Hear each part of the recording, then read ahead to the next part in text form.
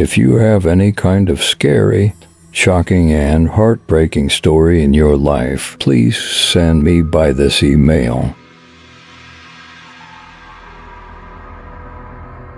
It was a dark and stormy night, and Sarah had just broken up with her abusive ex-boyfriend, Alex.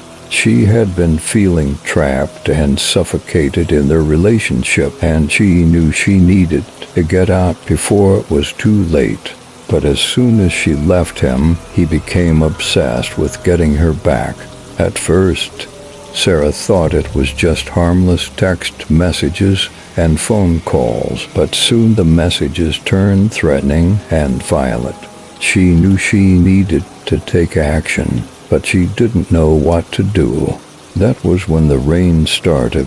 It began as a light drizzle, but quickly turned into a torrential downpour.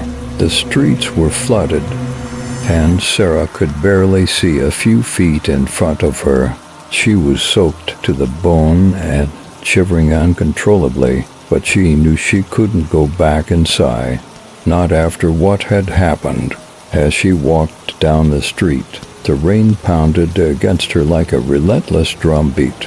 She could feel Alex's eyes on her, watching her every move. She knew he was out there, waiting for his chance to strike. And then, suddenly, she heard his voice. "Sarah, where are you?" He shouted over the wind and rain. "I know you're out there, and I'm coming for you."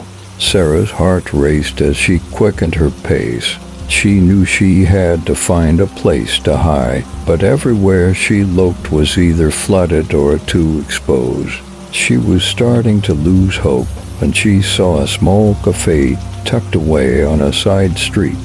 She sprinted towards it, praying they would let her in, but as she pushed open the door, she was met with a cold, hard stare from the owner.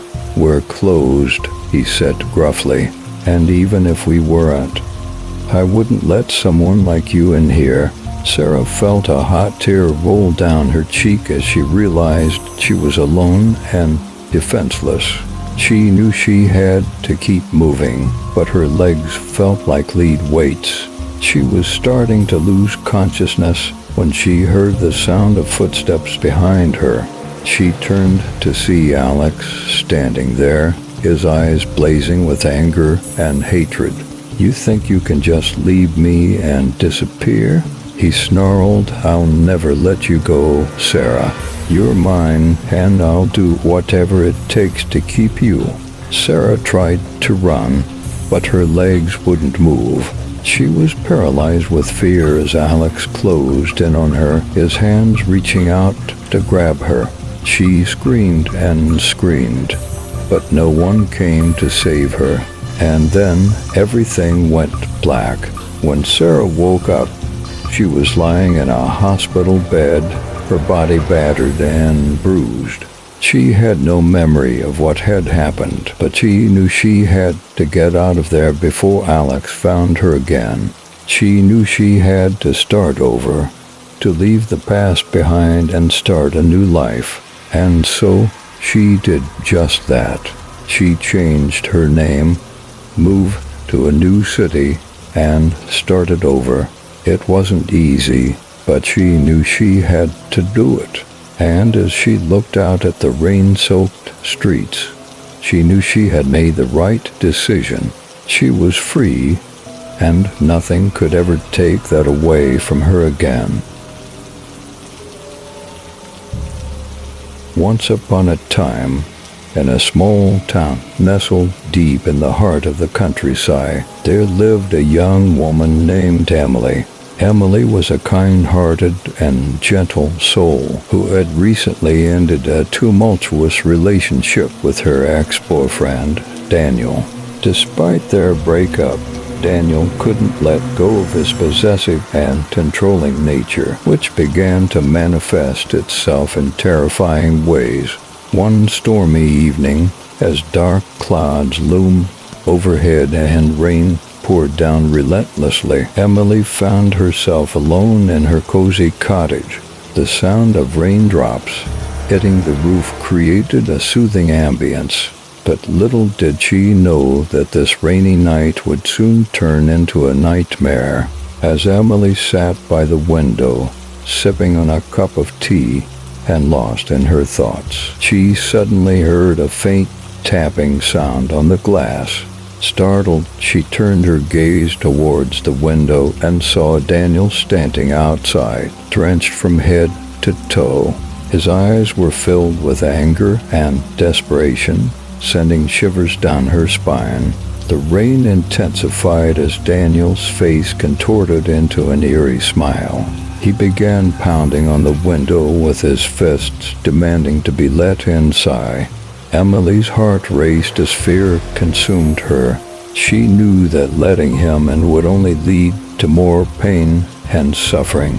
Refusing to succumb to his demands, Emily mustered up all her courage and rushed to lock all the doors and windows. But Daniel was relentless. He circled the house like a predator stalking its prey. The rain continued to pour heavily, masking his footsteps as he moved closer. Inside the house, Emily could hear the sound of dripping water echoing through the hallway. Panic set in as she realized that Daniel had found a way inside. She frantically searched for a hiding spot, but knew that there was nowhere safe enough to escape his wrath. As she cowered in fear behind a locked door, Emily could hear Daniel's footsteps getting closer and closer. The rain outside seemed to intensify, as if mirroring the terror that was unfolding within the house. Suddenly, the power went out, plunging the cottage into darkness. Emily's heart pounded in her chest as she struggled to see anything in the pitch-black room. The only sound she could hear was the sound of her own ragged breaths and the relentless rain pounding against the roof. In the darkness, Emily felt a cold hand brush against her cheek. She let out a blood-curdling scream as she realized that Daniel was right behind her. His voice, filled with malice, whispered in her ear, promising to make her pay for leaving him. With every ounce of strength she had left, Emily fought back. She kicked and screamed, desperately trying to break free from his grip. The struggle continued in the darkness, their bodies thrashing against each other as rainwater dripped from their clothes. Finally, Emily managed to break free and ran towards the front door. She flung it open and sprinted into the pouring rain, feeling a mix of relief and terror as she escaped from Daniel's clutches. As she ran through the stormy night, Emily could still hear his haunting laughter echoing in her ears. She knew that this nightmare was far from over, and that she would have to remain vigilant to protect herself from his relentless pursuit. The rain continued to pour as Emily sought refuge at a nearby police station, where she reported the terrifying encounter with her ex-boyfriend. With their help, she obtained a restraining order and took steps to ensure her safety. But even now, whenever it rains heavily, Emily can't help but feel a lingering sense of dread and fear.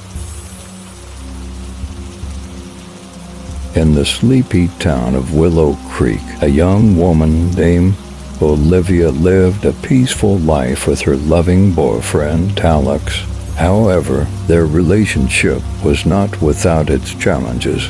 Alex had a possessive and controlling streak, which made Olivia feel trapped and suffocated. Despite her efforts to address the issues, the couple eventually broke up. After the breakup, Olivia thought she had finally found freedom and relief. However, she soon discovered that her ex-boyfriend had other plans. Alex began to stalk and harass her, showing up at her workplace, home, and even her favorite hangout spots. He would often leave creepy messages and gifts, claiming that he wanted her back. Olivia's friends and family tried to help her deal with the situation, but Alex's obsession only grew stronger. He began to spread rumors and lies about Olivia, trying to ruin her reputation and make her life miserable. He even went so far as to vandalize her car and break into her home. One night, Olivia had had enough.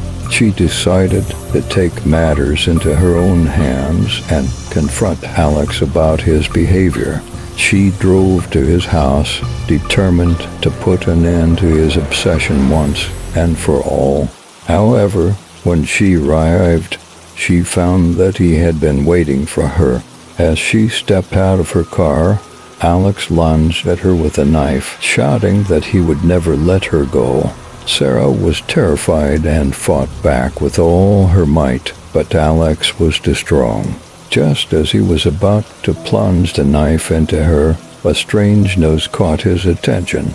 It was a loud knock on the door, followed by a voice that whispered, "Olivia, it's time to go." Olivia was confused and scared, but she knew she had to get out of there. She grabbed Alex's knife and used it to defend herself, fighting him off until she could escape. She ran to her car and sped away, leaving Alex and his obsession behind. The next day, Olivia discovered that the voice on the door had been her best friend, Emily, who had been watching her from afar. Emily had suspected that something was wrong and had been secretly investigating Alex's behavior. She had discovered that he had a history of stalking and had been planning to confront him that night. Olivia was grateful for Emily's intervention and knew that she owed her life to her. She also realized that she had been living in a state of denial, ignoring the warning signs of Alex's obsession. She vowed to be more aware of her surroundings and to never let anyone control her again. In the end, Olivia found closure and peace, but the experience left her with a deep understanding of the dangers of obsession and the importance of setting boundaries. She knew that she would always be haunted by the memory of her ex-boyfriend's horror, but she was determined to move on and live a happy, healthy life. In a small town nestled deep within the woods, there lived a young woman named Mia. She was beautiful, kind-hearted, and full of life. Mia had recently broken up with her boyfriend, Mark, due to his possessive and controlling nature. Little did she know that this would be the beginning of a terrifying ordeal that would haunt her for years to come. After their breakup, Mark became obsessed with Mia. He couldn't bear the thought of her being with anyone else. He started stalking her, following her every move from a distance. He would watch her through her bedroom window at night, lurking in the shadows like a predator waiting for its prey. Mia began to notice strange occurrences around her. She would find objects misplaced or missing altogether. Her phone would ring late at night, but when she answered, there would be nothing but silence on the other end. She started receiving anonymous letters filled with disturbing messages and threats. One day, Mia came home to find her front door wide open. Terrified, she cautiously entered her house, only to discover that everything had been ransacked. Furniture was overturned, pictures were torn off the walls, and her personal belongings were scattered across the floor. It was as if a tornado had swept through her home. Frantically searching for answers, Mia contacted the police. They assured her they would do everything in their power to catch the culprit responsible for this heinous act. But as days turned into weeks and weeks turned into months, there were no leads or suspects in sight. Meanwhile, Mark continued his relentless pursuit of Mia. He would leave eerie messages on her social media accounts and send cryptic emails filled with disturbing details about her daily activities.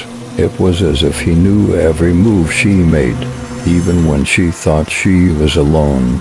One night, as Mia lay in bed trying to sleep, she heard a faint scratching sound coming from her closet. Her heart raced as she mustered the courage to investigate.